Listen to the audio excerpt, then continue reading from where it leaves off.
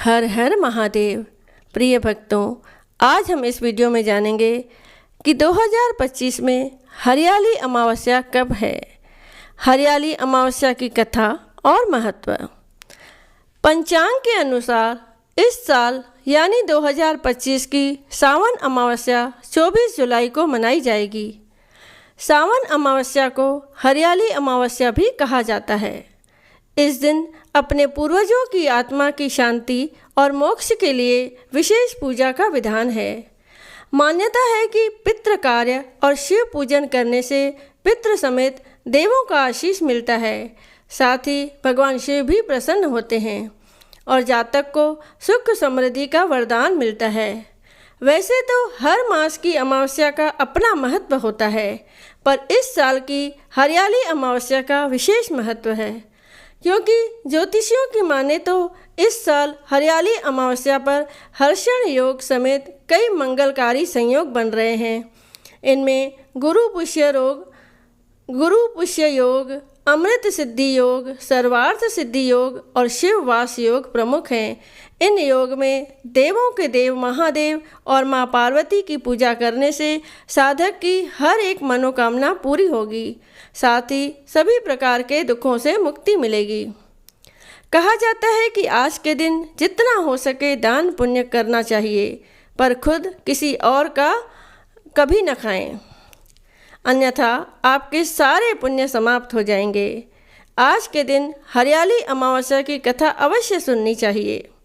इसीलिए आज हम आपको सुनाएंगे हरियाली अमावस्या की पौराणिक कथा। कथा से पहले आपसे एक बात कहना चाहते हैं।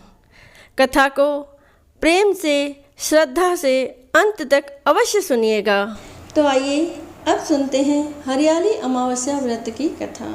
तो प्रेम से कहिए श्री गणेश भगवान की जय हो, गौरी शंकर भगवान की जय हो। बहुत समय पहले एक राजा प्रतापी राज करता था। उनको एक बेटा और एक बहू थे।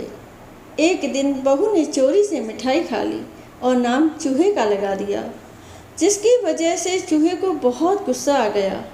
उसने मन ही मन निश्चय किया कि चोर को राजा के सामने लेकर आऊँगा।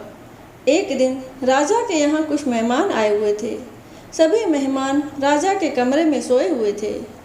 बदले की आग में जल रहे चूहे ने रानी की साड़ी ले जाकर उस कमरे में रख दिया।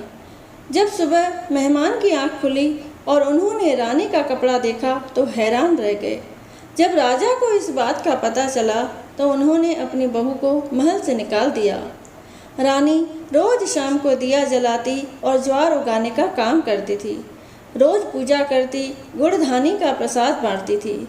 एक दिन राजा उस रास्ते से निकल रहे थे तो उनकी नज़र उन दियों पर पड़ी। राजमहल लौटकर राजा ने सैनिकों को जंगल भेजा और कहा कि देख कर आओ वहाँ क्या चमत्कारी चीज़ थी।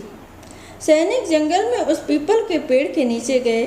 उन्होंने वहाँ देखा कि दिए आपस में बात कर रहे हैं।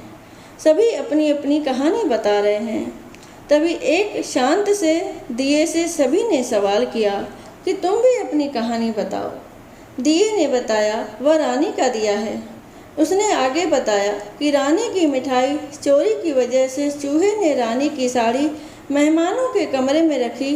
बेकसूर रानू को सजा मिल गई।